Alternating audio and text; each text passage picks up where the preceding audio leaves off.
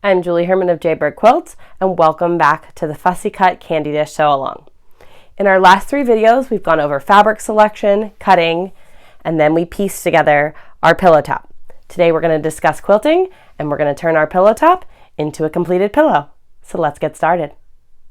There are some considerations to make when deciding on how to quilt something that is fussy cut. In this case, I really wanted the animals to shine. So I sent this off to Teresa Silva for custom quilting, and she echo quilted on the outside of the animals.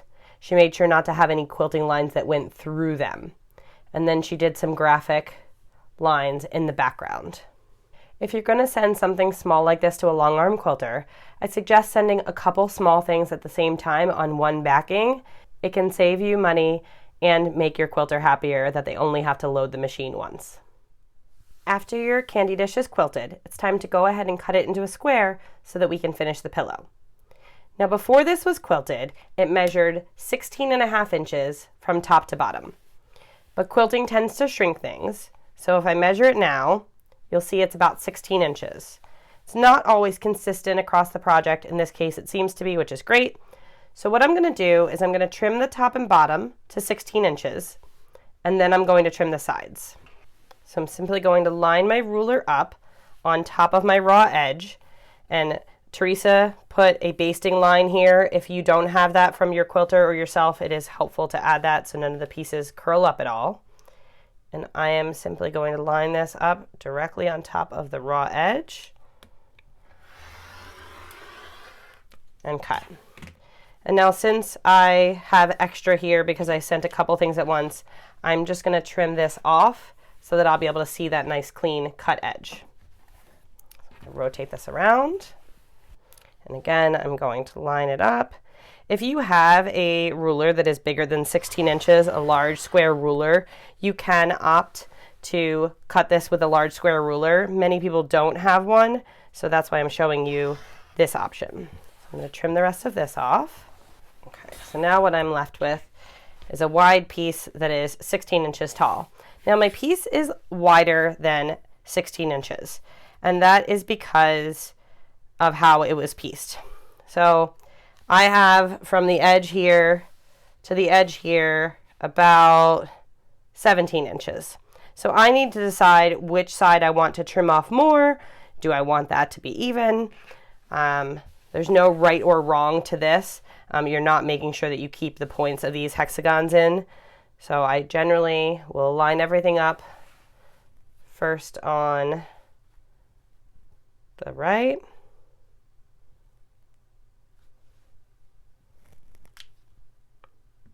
And trim.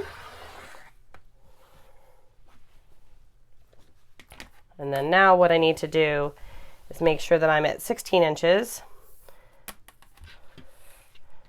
Now you could use your lines on a mat to do this, but I find that mats are not as accurate as rulers, and they often do not match each other. So I prefer to always trust the ruler. So I'm going to measure 16 inches, and I'm going to cut like so. But I'm realizing that I'm going to lose all of this. So I think I am going to rotate this back. This is one reason why it is best to cut less in the beginning rather than more, because you can always trim more. I think I'm going to trim a little bit more before I trim the other side. It's about somewhere between another quarter to another half. So turn that around, and again, let's see where 16 is. Sure that's flush at the top. 16 here, and I like that. I'm going to get a little bit of those hexagons. So I'm simply going to cut there, and I'm going to leave this folded over and just cut in smaller segments down. Another option would be if I have multiple rulers to stack them this way. I can show you what that looks like. So if you have multiple rulers, you could go this way. These two don't add up to 16, but I could add a third one, and you can line them up this way, and then you can cut the whole length. Or a third option to this is once you have it started, line this up, square on both sides, and trim. Okay.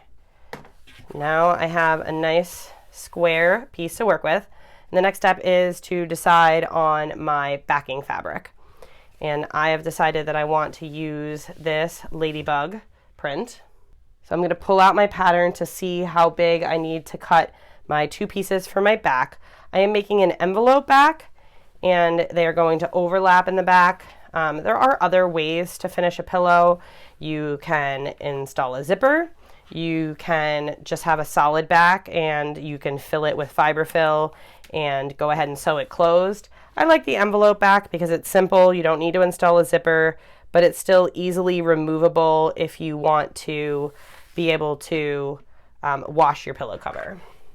This looks like my fabric's not perfectly folded. Let's get that nice and lined up. So I'm going to trim a square edge to start with, and then I'm going to go ahead and cut my backing pieces.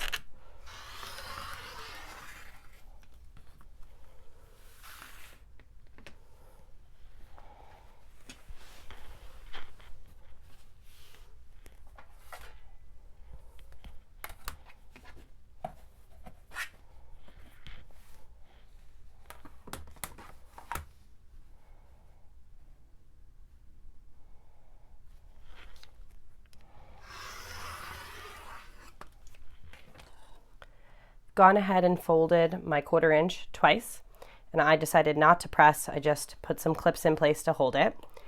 And I am going to sew from this side so that I can make sure I'm catching my edge. And I've put matching thread into my machine that matches my pale blue of my backing. And I'm simply going to stitch along here to enclose my raw edge. And I'll continue to do this for the length of the piece and do it to one long side for each of my 2 backing pieces. I like to put labels on my projects. I have these small woven labels that I tend to put in the edge of a project, and then I have the binding cover up a little bit of this white here. But I can make this work for the pillow. So this is going to be my top and come over my other piece. I want to put this label here. So I'm going to slide this in, and technically this top edge is raw, and there's just a lot of white there. So I think I'm going to tuck that in. And then I'm simply going to top stitch around this label to add this to my back piece before adding it to my pillow. It's just a nice, simple little touch. Gives it a little bit more finish.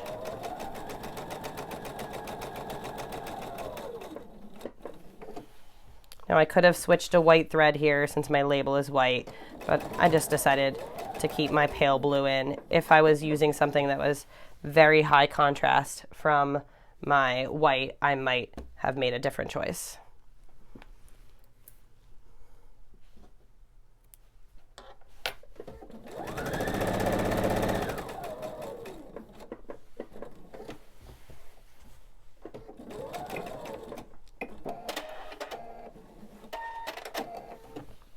Now I'm ready to take this back over to my design area to finish my pillow. Now that we have the raw edges enclosed on our back pieces, it's time to put it all together. Now there's 2 different ways to finish a pillow like this. You can finish it with and without binding. I make my candy dish pillows without binding. If you're interested in seeing how you make a pillow with binding, there's a link below to a different pillow that I have made with binding. So to put a pillow together without binding, I'm going to first take the top piece, because that's the piece I want to be most on the outside, and I'm going to line up my 3 raw edges of my top piece,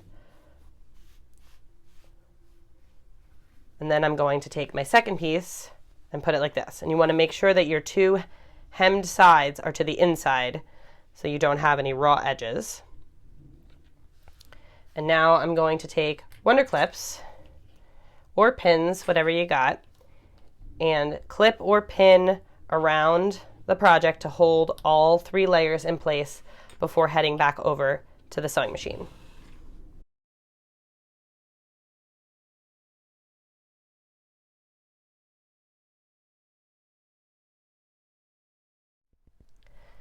I have switched from an open foot to a 1/4 inch foot, And that way I am going to have an accurate 1/4 inch seam in sewing these together all the way around my piece. I'm going to begin on a side. Since I have 3 layers here, I don't want things to shift, so I find it's best to start at this point. And I am going to backstitch over the areas where my panels end. So here, and then I'll backstitch when I get to here. It's just some reinforcement, some extra stitches. There is going to be strain in that area, and you want to give it its best chance of staying together very well. And I'm simply going to remove the clips as I go and sew around my piece. Now when I get to my corner, I'm going to stop about a 1/4 inch. I'm going to turn and check. Looks like I need to do 1 more stitch. All right, that's good. Sorry for the sound all those clips are making. I still clipped all the way around. And now what I'm going to do is I'm going to continue down this side, and I'm going to repeat till I make my way back to where I started.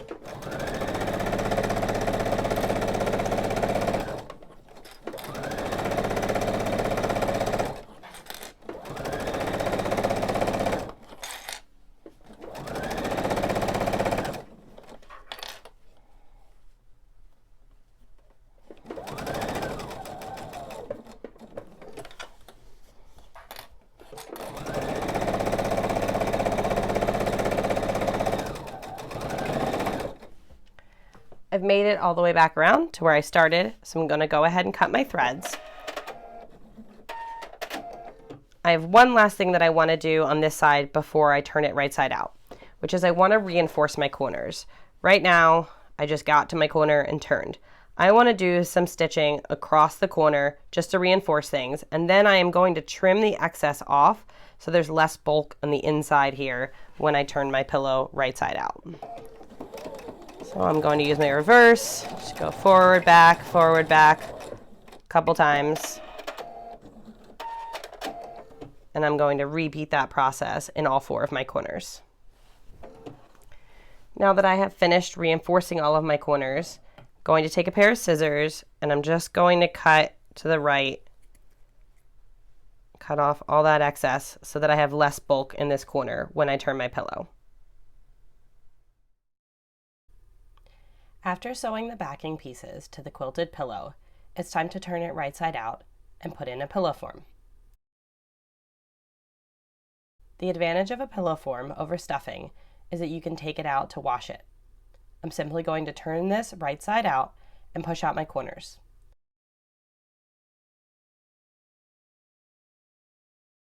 I generally use my hand and poke at each corner.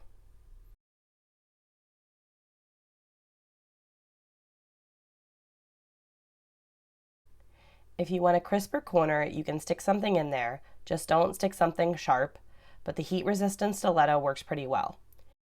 You can get it in there and push out the corner a little bit more.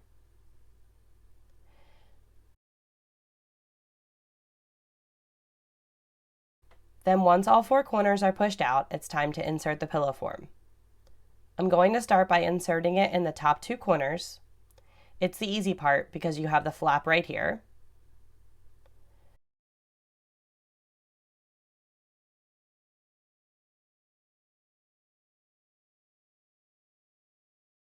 Then I'm going to reach in and get the other piece out from the center, tuck the pillow in, and then just let it slide into place. Then there's just some fluffing to do to make it nice and perfect, and there you go.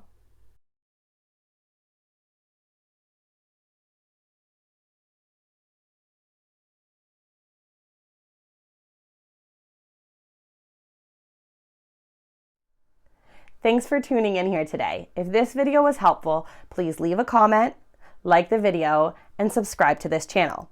On this channel, you'll find links to all of the Jaybird Quilts Fussy Cut Shape videos and some of my other sew-alongs that you might like. Sign up to receive the sew-along emails and worksheets at the link posted in the video description below. See you soon!